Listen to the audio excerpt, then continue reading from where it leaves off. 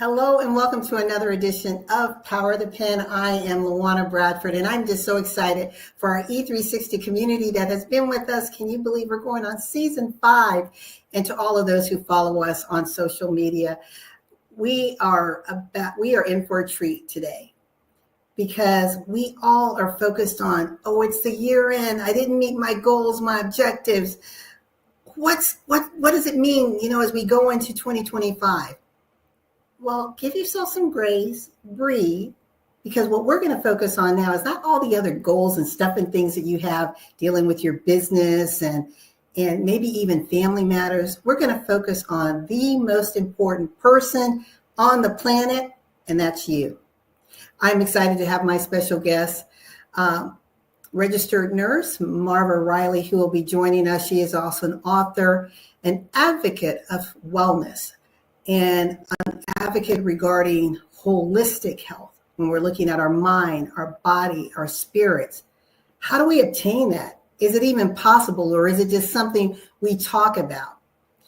She's on a mission, and I have met very few people in life that are laser focused on what they want to achieve. And we're going to get into her why behind this. But just imagine if she is able to cause you just to lean in a little bit and change one or two things in your life where you are committed to bringing a change about. What's next? So without further ado, the next person that you will see next to me will be Marva Riley.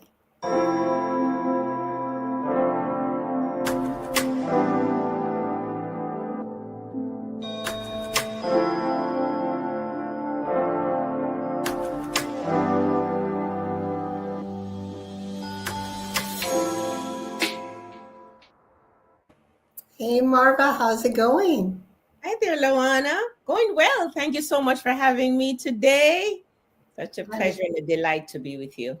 Thank you. Thank you for taking time out of your busy schedule and saying yes. And I love today's topic, your health, a commitment to living well 2025 and beyond. Mm-hmm. And before we started this show, you and I were talking about New Year's resolution. And you said something, and I'd like you to elaborate before we get into a deep dive in this conversation. You said, individuals, if you're wanting to change things in January 1st, don't wait till January 1st. Start now. That's absolutely true. And that's true for your health. Whatever it is that you dream of doing, whatever your goals are for 2025 and beyond, you got to start preparing now. The thing is that so many people wait until after the 1st of January to even decide that they want to do something about their health, even though at this moment, many are having health issues. And one of the things that I know is that for the next year's health goals, you have to think about now, what goals do I have? What will my health goals be? How will I accomplish them? When will I start? What support group will I need? All of those things you have to start thinking about now so that come the 2nd of January, you're ready to start. Because if you jump in the 2nd of January without thinking things through, without making a plan, without deciding in your mind that you are serious about this, you have set yourself up for failure. And that's why many people, 1 month into going to that gym, 80% of the people who enter that gym on the 2nd of January, by the end of January, they have dropped out because they have not decided in their mind that I am in this for the new year and beyond. This is not short term, it's long term. I know it's not going to be easy, but I am going to stick with it. And the change has to begin with the mind, and you have to start programming the mind now. I love that. And, when you were talking, I could just hear people saying, I hear you, Marva, but it's the holidays. I've got Christmas parties to go to. You just don't understand. Mom's gonna send me her famous pound cake. I just gotta wait till the new year. That is true. And I am not necessarily saying that you have to. That's another thing I need to touch on. Health is not about dieting. It's not. And that is what messes us up. For years, I used to go on this yo-yo dieting, this diet, the other diet, the other diet, every year, just like everybody else. And I would go on one of these diets, and I would literally lose 20, 30 pounds within 3 months. And that can only last for so long. You can only drink shakes for so long. You can only eat a salad for lunch and a salad for dinner for so long. Eventually, you're going to start craving some of the things that you'd like, some rice, some potato, a piece of meat, even a piece of cake. So if you deprive yourself of everything that you like, because I'm on a diet, when you start introducing those things in your diet again, the weight is just going to pile on. So yes, Christmas, Thanksgiving, you can enjoy the things that you like. I'm from Jamaica, and traditionally we do the Christmas cake, which is very, very rich. The sorrel, which is very rich in alcohol and sugar and all that kind of stuff. You can have the things you like, but moderation. So instead of having a half of a Jamaican cake, I think Americans do that too, or a whole gallon of eggnog. You could have a glass of the eggnog. You could have a slice of the cake. You know what I mean? Be mindful that, listen, if I put on 30 pounds over the Thanksgiving and the Christmas holidays, it's going to take me the entire 2025 to take that weight off. And is it really worth it? So I say moderation is key. Eat mom's cake, but you don't have to eat half of it in one day. That cake could last you for a while.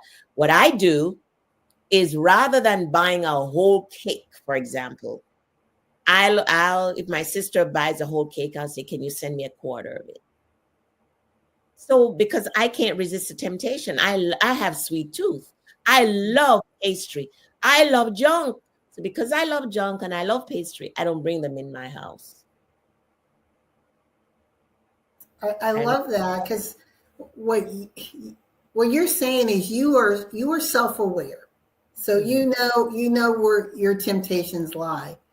And I think one time before we had spoken, and you said you may eat an Oreo or you may eat ice cream outside of the house, but you don't bring it in. And when it's in our home, right, in our pantry, oh my gosh, it's like all bets are off. Yep. I don't know about you or anybody else. I don't have the discipline. I don't have the discipline to know that the cake, the Oreo cookie, the ice cream is in my freezer and I'm only going to have a scoop of it. It's not going to happen.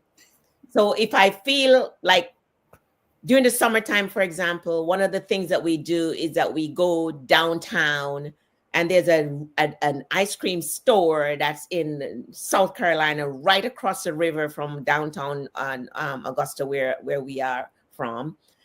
And we will go there, and I'll treat myself to a double scoop of coconut ice cream.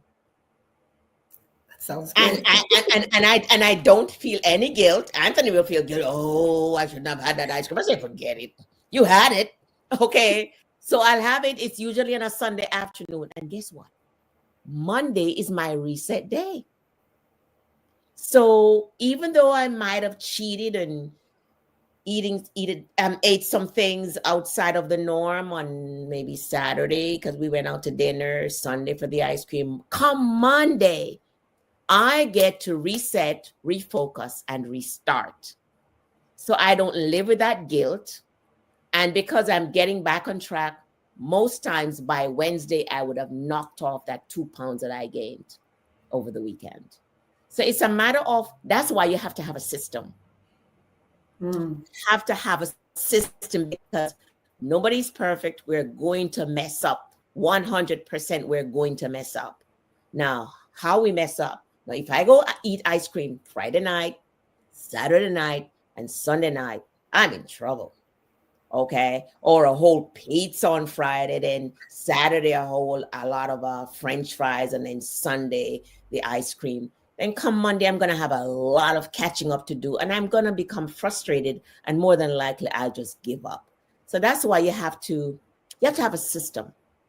You have to have a system. You have to have a system where you tweak and adjust and reset. And if you have to reset every day, you reset every single day until that healthy lifestyle, those healthy choices become your norm. Because the thing is that the junk food is everywhere. You go to the supermarket, the junk food is there. You go to the gas station, the junk food is there.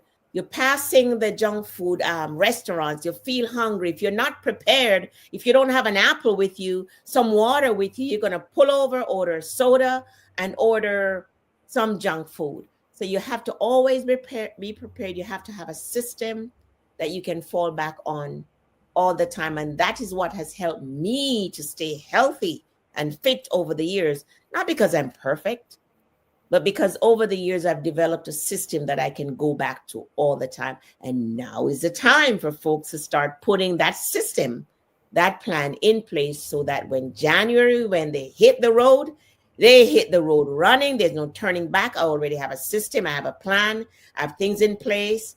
And I know when I mess up, I can reset, refocus, and restart.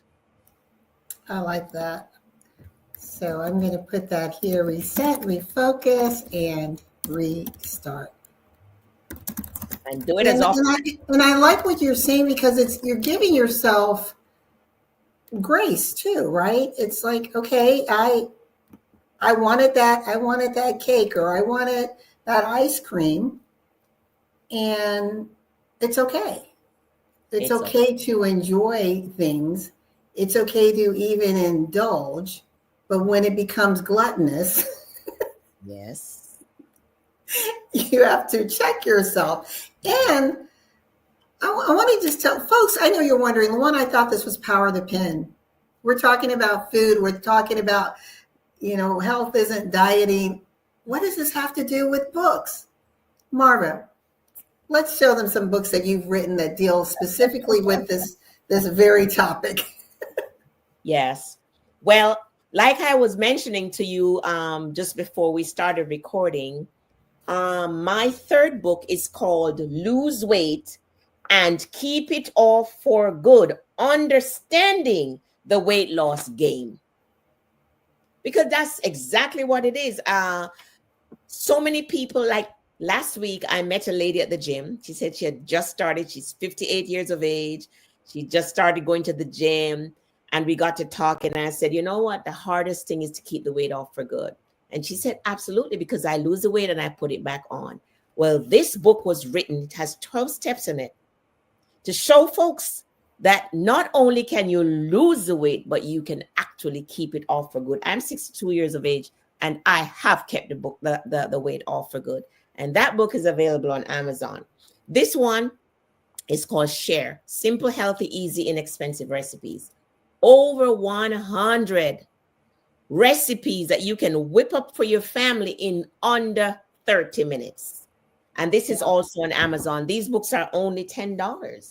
Now hold on before you get to your third book, because I want to go back to, you said it is lose the weight and keep it off for good. So ladies and gentlemen, the optimal sentence here is, or statement is, keeping it off for good, right? Because we can, when you think about this, the system that's out there, the healthcare, the wellness system, it is designed to keep you going back, right? Buying those weight loss pills. And now what do we have? The Ozempic and all of these other semi-gluten drugs that were designed for people with diabetes, that people are injecting to shortcut their weight loss journey. Now, I'm not bashing anyone at all, but you're from the medical profession. And I just want to ask this just on the side and bring us right back. what concerns me, and when we're taking any type of synthetics, there's a secondary, tertiary effects that can happen, especially long-term use. If you are not a diabetic, but you're taking medications for those with diabetes, what could that, and again, we are just having conversation. This is not medical advice. Mm-hmm. Could there possibly be a risk, a long-term risk to what that's doing to your body? There is a long-term risk. In fact, just before we got on, I ran and I grabbed this pill bottle because this has ibuprofen. Okay. And these pill bottles are in everybody's medicine cabinet. The Tylenol, the ibuprofen, the aspirin. They're over the counter. The Pepcid, the Zantac, all of those are over the counter. Every single one of them have negative side effects. The other day, I was reading up on ibuprofen, and one of the side effects is that it could cause heart attack. Ibuprofen. Really? Tylenol is known to damage the liver. Aspirin is known to cause gastrointestinal bleed, among other things. So is ibuprofen. Ozempic and any other weight loss drug has a string load of negative side effects. And one of them is a potential for cancer. Mm-hmm. So I know that many people take drugs, and I was one of them. We take drugs and we think that's the only way because we're constantly bombarded by these commercials on TV, on social media, wherever, constantly bombarded by these commercials on billboard, etc. And we really think that's the only way. But it isn't. It isn't. We overeat, and we eat the wrong foods, and we eat the wrong times. And that's the cause. And we are not physically active enough. And those are the causes of obesity and overweight. Well, if those are the causes of obesity and overweight, reverse those and you'll get rid of the issue.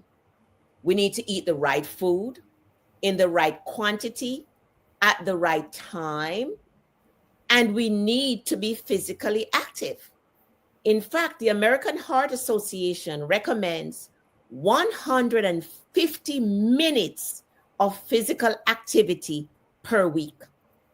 And that's about 20 to 30 minutes minimum per day. The American Heart also recommends at least 2 days of strength training exercise, which you don't need to be in a gym to strength train. You can do some squats. You can do some push-ups as best as you can, sissy push-ups. You can stand on one leg. Walking, Hippocrates says, is man's best medicine. So if the food we're eating, the quantity of the food we're eating, the time we're eating, and the lack of physical activity are the causes, by and large, of the obesity crisis, then you work on those one by one, bit by bit, and you will lose the weight and keep it off for good. But if you're eating McDonald's, if you're eating Burger King, if you're eating donuts, if you're drinking your coffee with 20 packs of sugar, if you're drinking sodas instead of water, what do you think is going to happen? If you're eating donut instead of an apple, what do you think is going to happen? You're going to gain the weight and you're not going to be able to lose it. What Ozempic and other drugs like Ozempic do is they block your appetite so you don't feel like eating. I know of people who are on Ozempic or were on Ozempic, and you don't want to eat. You have no appetite. So what is that? You don't eat much and you lose the weight. I used to work in the bariatric ward at the hospital where most of my patients were 4, 5, 6, even 700 pounds when they came in. And they did the bariatric surgery where they made the stomach into a pouch, small. The doctors say they reduce the size of the stomach to the size of your thumb. There was one physician who would actually put his patients on clear liquid fast for 2 weeks before he did the surgery. And every one of those patients lost at least 12 pounds in the 2 weeks before the surgery. So what if he had decided not to do the surgery and say, okay, you go on the clear liquid fast for 2 weeks, and then after that I'll gradually increase to maybe some cream foods, and then you go to some salad with a little piece of chicken or something, less calories. They would have accomplished the same goal, because when you have the gastric bypass surgery, you can eat very, very little. You can no longer eat beef cubes. There are lots of things that you cannot eat, and you get full very fast. So it reduces the amount of food that you eat. So the point I'm trying to make is quantity, quality of food, the time you eat, and physical activity. Those are the answers to losing the weight and keeping it off for good. We'll be right back with some more deep dive conversation about your health and wellness with Marva Riley in just a moment.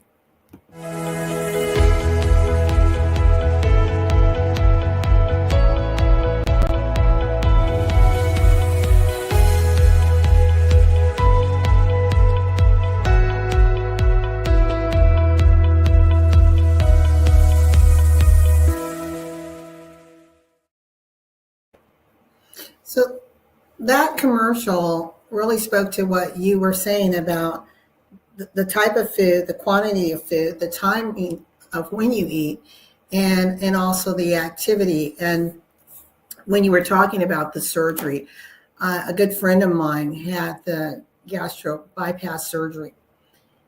This might have been 10 years ago. And she went from, she was morbidly obese and went down to like a size 8 or 10. But since then, she has had ongoing medical concerns.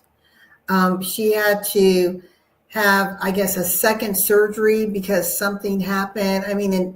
And now she's dealing with other issues. And I'm thinking, oh my gosh, she went through that painful surgery.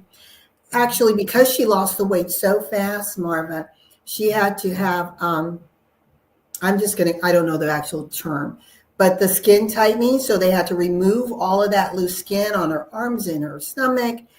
And then she had to have another surgery. And now when I look at her, she's big again. Not as big, but she's at least 100 pounds larger than when she was down to a size 8 or 10. Mm-hmm. Mm-hmm. And so what you said, I just want to say that. Mm-hmm. I want to toss this to you. You said something that's really, really important. You said, you got to get this right first. You got to get the mindset right. So she went through the medical process, right, to physiologically quickly change, shrink everything. I did not know it was the size of a thumb. That is insane. But obviously, and I'm just speculating, if this didn't change because she went back twice. Yes. The thing is that overeating is oftentimes a symptoms of something greater that's going on here. Most people who overeat have mental and emotional and spiritual ill health. And that's why health has to be addressed from a holistic standpoint. It has to deal with not just the food you're eating, not just the exercise. It has to deal with the sleep, the anxiety, the stress, the fact that people rarely go outside and get a little sun and a little fresh air. You know what I mean? People are stressed out to the max. Their jobs they're not even able to get up from their desk to go use the bathroom. So health has to be addressed from a holistic standpoint. So, the Christian Bible says, be transformed by the renewing of your mind. You've got Right. to start there. Why am I overeating? Why am I reaching for that donut? I know better. I am a nurse. Nurses and physicians are some of the most unhealthy people in the United States. Wow. There's a physician that I used to work with who was one of the bariatric surgeons. And I went to work another hospital and I saw this doctor walking down the hallway. And I said, this couldn't be Dr. So-and-so, could it? It looks like him, the face. I said, no, it couldn't be. And when he came closer to me, I said, Dr. So-and-so, hi, it's Marva. He said, hi. That man, when I knew him when he was doing bariatric surgery, was a lean man, probably 160 pounds, maybe weighed 5'8" in height. When I saw him, he was no less than 400 pounds. But these are the very doctors that are so busy that they go to the cafeteria and they grab a bag of chips and they grab a liter of soda and they grab some cookies and they grab some fried chicken or whatever. And they're eating in the hallway. I see them while they head to another surgery to see another patient. That they're not practicing. I was about to say they're not practicing what they teach, but the physicians, by and large, for the most part, do not teach healthy living. What they have in this country is sick care, not health care. They prescribe drugs. If you're not sleeping, they give you drugs. If your cholesterol is high, they give you cholesterol drugs. If you're overweight now, they prescribe Ozempic or they want gastric bypass surgery or whatever. Very, very few sit you down. First of all, the insurance company doesn't even allow them more than a few minutes to spend with you. So they don't even have time to sit and counsel you and even refer you to a nutritionist or physical therapist who will teach you how to exercise and how to eat healthily. So that's why I do what I do. I try to teach and inspire people based on my actions, my behavior. I need to show people that it's possible. Doctors, because they're not healthy, and nurses, because they're not healthy, how can they teach anyone that rather than reaching for the French fries, you should get a salad when they are reaching for the French fries? So the whole healthcare system needs to be revamped to focus on preventative healthcare as opposed to treating symptoms, blood pressure symptoms, cholesterol symptoms, pain symptoms, when the main problem is our lifestyle, what we eat, the lack of activity, we're not sleeping, we're stressed out. Yeah, that's huge, and those things are all social determinants of health. So if we look at having food, you've got to make the right food choices, but then it's like access to these choices.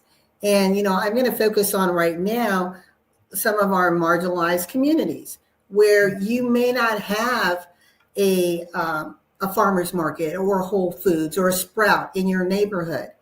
And when you think about it, Marva, it's not that individuals would not buy these things, but if they have to, after a long day's work, getting the kids home, have to get in their car and drive 10, 15, 20 miles in some cases. I'm in Atlanta to go and get healthy food.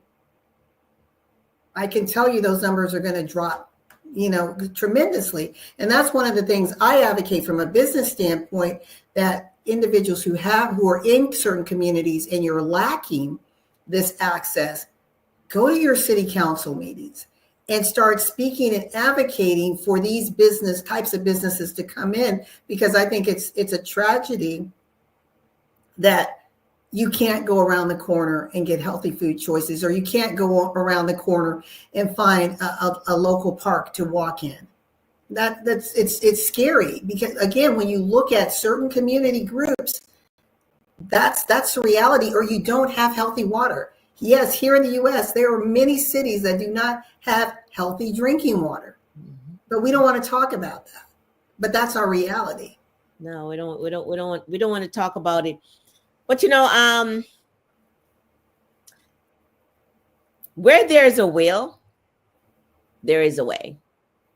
I mean, it might not be so 100% of the times, but a lot of the people that I see suffering with overweight, obesity, and overweight and obesity related illnesses are not necessarily living in marginalized communities. Many of these people are people that live where healthy foods are accessible. And I'm not talking about necessarily organic anything, because Okay. if spinach is healthy, and we know it is, you don't have to buy organic spinach.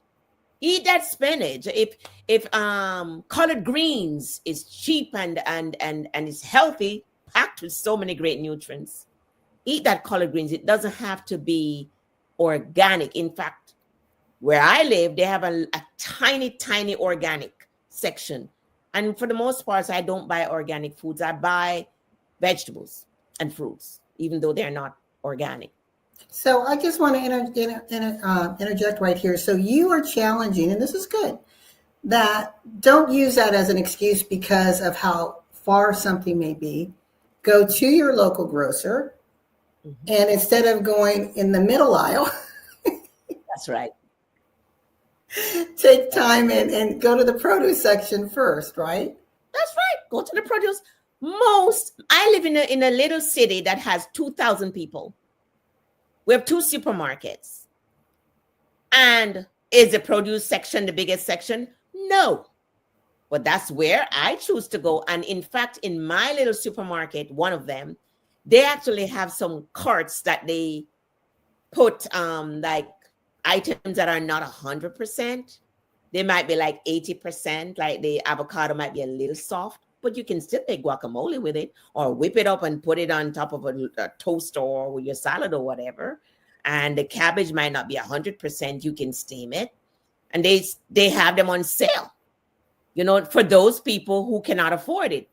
But I do know that most of the people who go into the supermarket in my little community, which has a lot of people that are on government assistance, they can afford to buy cabbage, and they can afford to buy collard greens, and they can afford to buy apples, because even our supermarket, they'll bag up 12 apples and sell it for like $2.99 because they're not 100%. But So people just would that rather. example, I'm sorry, just that example right there, when you think about, like you said, the bag of apples versus a bag of potato chips or a box of cookies, Yes, ma'am. It's right? choice.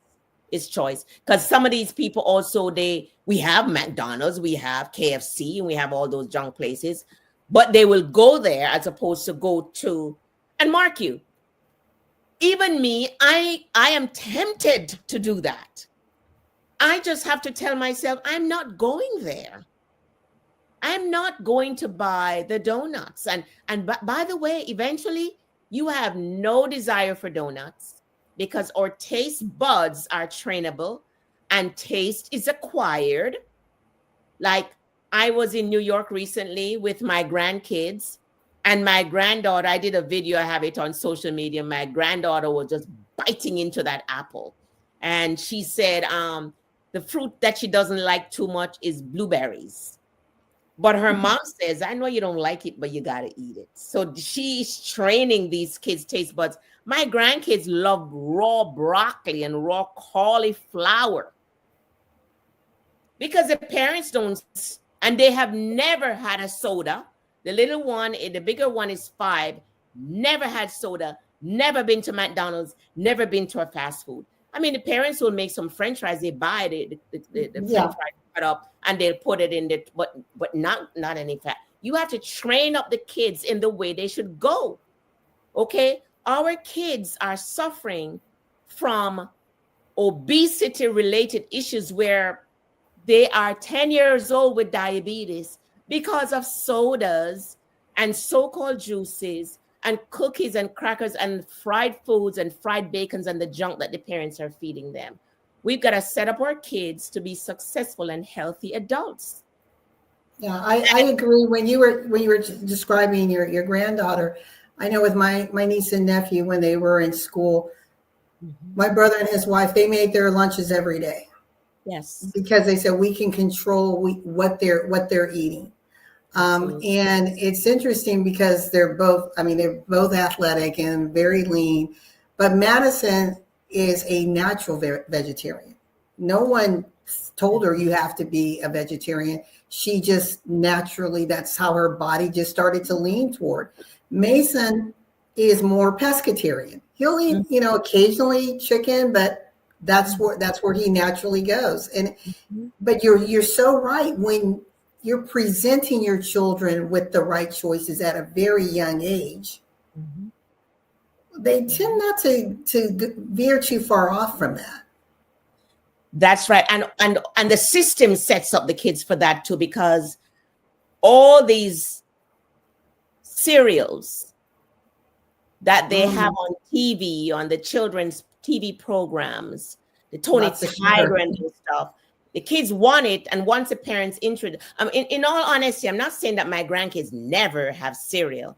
I know that on Saturday mornings, the parents will allow them to have cereal, but it's not a daily thing. But folks don't know that there's sugar, so much sugar in cereals. There's so much sugar in even the milk that the kids, the milk, the whole milk, 2% milk, there's sugar added. There's sugar added to everything, the pancake, the waffles, all those things that we're giving to the kids, that sometimes these kids have attention issues, anxiety issues, behavioral issues in school. It's because of what we are feeding them. And even the studies have shown that even the prisoners, they have behavioral issues because from childhood, they were fed all this sugar. And through their adult life, they've been having this sugar and it alters their brain. So, and the sugar is the main problem. The thing is that they remove fat out of so much, low fat this and low fat that and low fat the other. Well, fat came out and sugar, especially Replace it. high fructose corn syrup, replaced it. And that is deadly and dangerous, leads to fatty liver and all kind of health issues. So if it's packaged, you have to assume that it has some bad things in it, which is why you have to minimize, not necessarily totally eliminate it, but be mindful of it and minimize it. Reach for that apple instead of the cookie, instead of the crackers, instead of the donut, and don't bring it in your house. If you're like me, I don't have the discipline to see the donut and not eat it. Right. You were talking about the training your taste buds. When I was at the hospital with Dad, when he was alive, and went down to the cafeteria, and I just wanted to get something to eat. And how they have the little boxes of cereal, and they did have the Frosted Flakes, and I'm like, oh my gosh, I haven't, again, childhood memory, I haven't had this in a long time. And I poured it in and had my milk. I took one bite of it. It felt like I had just opened up a box of sugar and poured in my mouth. I'm like, okay, the same memory is not there. It was just not good. And maybe it's changed over the years. I don't know. But we do have to be careful with what we eat, making the right choices. Also, I think being informed and educated, because most people really don't know how to read labels. One individual, he talks about nutrition, and he said he focuses on the one ingredient rule. Basically, telling people go to produce. It's one ingredient, right? An Apple. apple is an apple. I tell you something. I was recently, I usually don't, the only spice, well, I shouldn't say only, I don't use a lot of those pre-prepared seasonings. Okay. But recently, I was looking into buying some. And I looked at Lawry's and I looked at Old Bay at the supermarket. And when I looked at Lawry's, the back of Lawry's seasoning, which a lot of people like and they use it, the second ingredient is sugar. Really? Sugar. Oh And my then a gosh, whole I'm guilty. I have it. look at it. The second ingredient is sugar. Now, why does sugar need to be in the seasoning that you put on your meat? Doesn't need to be. Whereas the other one, when I looked at the Old Bay, there was no sugar on the label. So that's like a no-brainer. Right. You know what I mean? And So I actually have both, but I tend to reach for the Lowry's first before Old Bay. no, do you That's know good to why? know. The sugar is addictive and it calls your brain to want that Lorry's. And that's why they put sugar in everything, because they want us addicted to whatever it is that we, you see how you have to keep going. If you're a Starbucks lover, you want to go to Starbucks with that sugar. It's by design. And so if we understand that the food industry is not on our side, then everything that we put in our mouths, we must question it. So when you pick up something that's not an apple, that doesn't have one ingredient, look on the back. And if sugar is in the top part of it, put it back. Not so much salt. People, they demonize salt. Our bodies need salt. Our bodies don't need that artificial sugar. Right. It does not. I love what you just said. You challenge people. Just look at the top of the label. Yes. If you see sugar, make a better choice. Put it back. Find something else. We are here with Marva Riley. She is a nurse, so she's not opposed to traditional medicine. She was in it, but she is an advocate about preventative care through holistic practices, and she's advocating that your life can be improved, because she herself went through health challenges, but because she shifted and made a decision to change first her mindset followed by actions, she was able to reverse some of the damage that was being done to her body. Below, you will see some amazing books that she has: Simply Healthy, Easy, Inexpensive Recipes, Lose Weight and Keep It Off for Good, and Eat, Sleep, and Meditate, A Nurse's Guide to Health. Marva, let's get into that book right now. Sleep, eat, and meditate. And I know you've got Limitless, but we're gonna stick here, because so many people that I'm meeting. I guess we're just starting to have these conversations, and I don't have a problem with sleeping. I'm so blessed. It's like I lay my head down and I'm out in like 2 minutes. But so many women that I'm meeting, and maybe it's because they're going through menopause, I don't know, but they're saying they're not able to sleep, and so now they're going to sleeping pills to help them sleep. Yeah. Yes, menopause. I have had what I call 2 bouts of menopause, or 2 waves of menopause. When I was in my late 30s, now I'm looking back, I was actually in premenopause, but I didn't realize that, and neither did any of the physicians. I actually went fully into menopause in my late 40s, and by 50, I was in menopause. And with that came a whole lot of health issues, including my inability to sleep. I was getting 2-3 hours of sleep maximum at night. So that's one of the things that I address in this book. This is, I would say, if any of our listeners want to buy one of my book, I would say this is the one, because it's a very short read, and it tells you about the multiple health issues that I was experiencing, including heart disease, depression, anxiety, paralyzing joint pains, etc. And I tell the story of how I was able to overcome them. But I noticed about maybe 6 months ago, I went through a second wave of menopause. I wasn't able to sleep. I was foggy brain. I couldn't focus very well. I was having some digestive issues. And I take excellent care of myself, but all of this stuff was going on. And I even considered going on hormone replacement therapy, and I am not pro any drug. And I consulted with a gynecologist that specializes in natural hormone replacement therapy. And she said, "Oh, you have to make sure you have a recent mammogram, and all kind of questions." And I said to her, "Why?" And she said, "Because of the risk of breast cancer." I said, "Well, Really? thank you." No, thank you. Yes, hormone replacement therapy. Wow. So I started doing a lot of research. The thing is that there's a lot of information in books, on YouTube, online. If you dig and dig and dig and search, you can find information.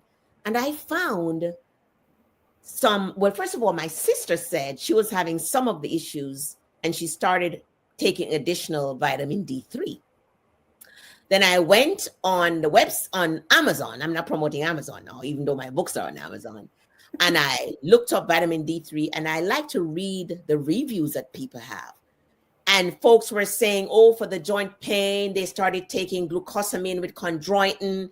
And some people said they started using frankincense oil and castor oil and a whole bunch of supplement. And I said, I'm going to try them all because they are natural supplements that folks are saying help them. And I started supplementing.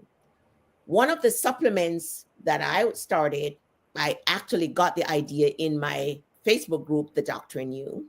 Sometimes I throw questions out. It's not a trick question.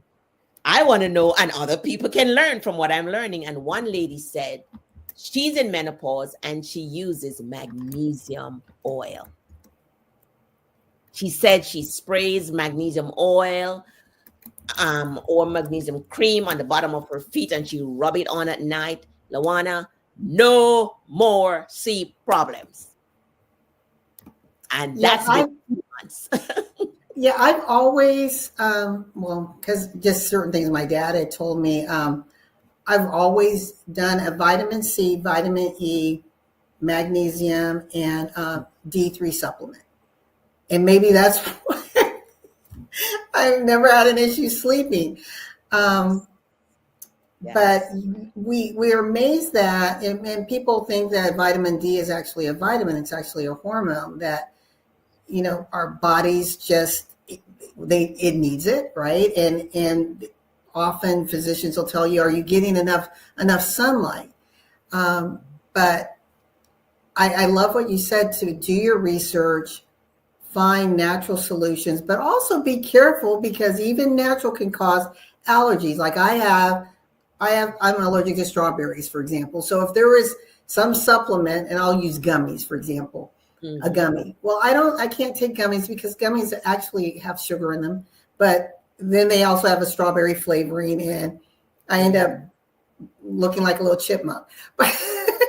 So you have to know where your sensitivities are, and be mindful of that as well. But I really love this. I want to talk about sleep, though. Yes. Like you said, when you started doing this cocktail of natural supplements, you were able to sleep. Let's talk about the damaging effects of not getting enough sleep, because I was talking to a friend of mine earlier this week, and she's like, I'm fine. I'm good with 4 hours a night. And I said, do you realize how much better you would feel if you had 6 or 7 hours? You know, we become used to operating and living and walking in a deficit, that we really don't realize that we're not operating at our full capability. What would you say to her? Because she thinks it's okay. Well, it is while we are sleeping that our bodies heal and repair themselves. So if we're not getting enough sleep, are our bodies healing and repairing themselves? When we don't get enough sleep, we can't focus very well. Sometimes you see people on the road and they have road rage just because I like to call them drunk from a lack of sleep. So sleep is more important. The thing is that they have glorified insufficient sleep in this culture. They've glorified. By the way, I remember, I think it was last week you did a strategic insight, and you were talking about it's not okay to be too busy. Yes. It's not okay to be too busy. We're not intended to be like a rat on a treadmill. just constantly going. No, we need to have time when we have rest and relaxation. There's a time for sleep. And when you sleep adequately and you get enough rest and relaxation and fun time, you will optimize your business, you will optimize your passion, you will optimize your life. Period. So you can't no market. I'm not saying that everybody needs 7 to 8 hours of sleep. Me personally, I function very well with 8, even 9 hours of sleep. If I get 6 hours, I don't feel rested. I have to catch up the next day. But Anthony does very well on 6 and is clear-minded and everything like that.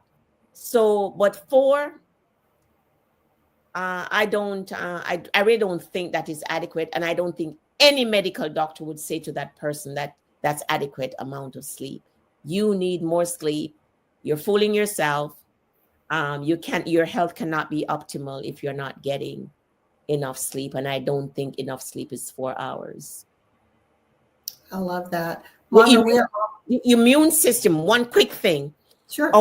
Our immune system depends a lot on the amount of sleep that we get. So sometimes we get colds often, we get all kind of health issues is because we're not getting enough sleep and our immune system is not optimal. That's a huge one. We are almost out of time, Marva. I'm going to do one more commercial, and when we come back, it will just be you talking to the audience for about 3 to 4 minutes before we close up for the evening. Be right back.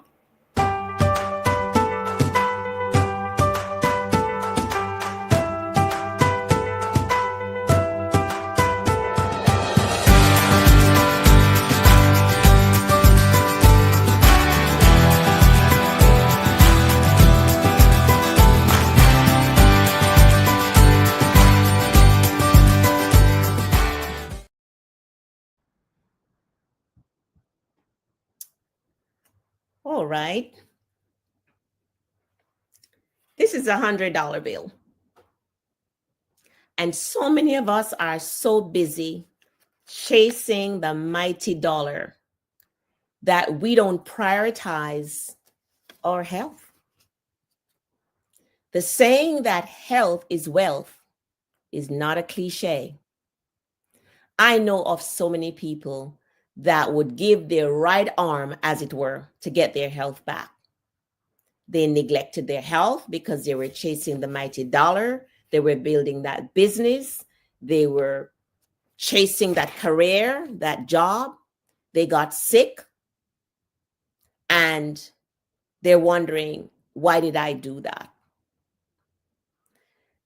Another thing that I'd like to bring to you is that tomorrow is not promised. 2025 is not promised to anyone. Sickness doesn't wait on anyone. Now is the time to start thinking about putting together a plan for your health and wellness goals for 2025. Doesn't mean you have to deprive yourself of everything, but moderation is key. Start preparing your mind. What will my goals be? Be realistic with your goals. How am I going to accomplish them? Who can I get to hold me accountable for what I eat, my exercise, my sleep, my stress level? Some think that in order to be healthy, you have to go to a gym. No, you don't. Walking is free, and you can do that in your neighborhood, at the park, in your backyard, even in your house, your apartment, up and down the stairs. You don't have to join a gym. Choose water instead of soda and juices. Soda and juices are packed with sugar, which make us obese and lead to all kinds of health issues, including diabetes. Instead of reaching for that donut, cookies, crackers, chips, reach for an apple. Prioritize your health. My name is Marva Riley. I'm a registered nurse. I'm an author. I'm a health advocate.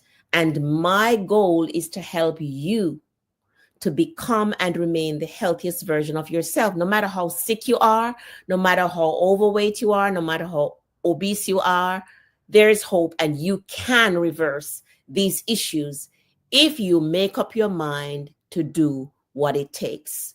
And right now is when you should start. I have written 4 books that can help you to succeed on your health journey. My first book is called Eat, Sleep, Meditate, A Nurse's Guide to Health. Then my second book has over 100 simple, healthy, easy, and inexpensive recipes. My third book, which is so appropriate for your 2025 weight loss goal, is Lose Weight and Keep It All for Good, Understanding the Weight Loss Game. And of course, mental health is so important because health has to be addressed from a holistic standpoint. This is my collaborative book, From Stuck to Limitless. And all these books are available for purchase on Amazon, Walmart.com, Target.com, and any online bookstore. This is Marva Riley. Follow me on Instagram, Facebook, TikTok, and subscribe to my YouTube channel. Thank you so much and take care of yourself. I love this. Thank you so much, Marva, for, again, taking time, breaking away from your commitments, and just helping educate us on the simple, small steps that we can do to make a difference, to make a shift. And it first starts with deciding. Sometimes that's the hardest thing for us to do, is just decide and then follow a simple plan of action, even if it's replace the soda with water, and then expand from there. Instead of grabbing that French fry, yes, think of another healthy snack. A French fry isn't a snack, but find something healthy to eat. And then most importantly, take care of the brain health, right? Through optimizing your sleep, meditative practices. And I just want to put here again, she mentioned her 4th book, which is her collaborative book, but I have her health books here: Simple, Healthy, Easy, Inexpensive Recipes, Lose Weight and Keep It Off for Good, Eat, Sleep, and Meditate to Health. And your 4th one, can you hold that up? It is From Stuck to Limitless. From Stuck to Limitless. Yes. Yes. So reach out to Marva, connect with her on Facebook, watch her YouTube channel, go to Amazon. I know you know someone who could use these books. Great Christmas gifts, holiday gifts, whatever your faith is, just a gift. Someone's birthday is this month. Think about blessing them with a book that will give them a simple read, but proven strategies that can help them transform their life and live the best them possible. Marva, thank you so very much for joining me for another edition of Power of the Pen. I look forward to having you back. Just, ladies and gentlemen, Marva is going to be back on our other E360 TV show, Choose to Challenge. And we're going to unpackage a bit more when it comes to jumpstarting your 2025 in the right way to get the results that you want. So I am so excited for that upcoming show. Marva, thank you again. Thank you so much for having me. It was such a delight. To our listening audience, remember that in life and in business, when your vision, which is your vision to be well, strong, healthy, vibrant, intersects with opportunity, success is inevitable. And you have the opportunity to buy these books and get started now. So we will see you next week for another edition of Power of the Pen. Bye for now. Thank you.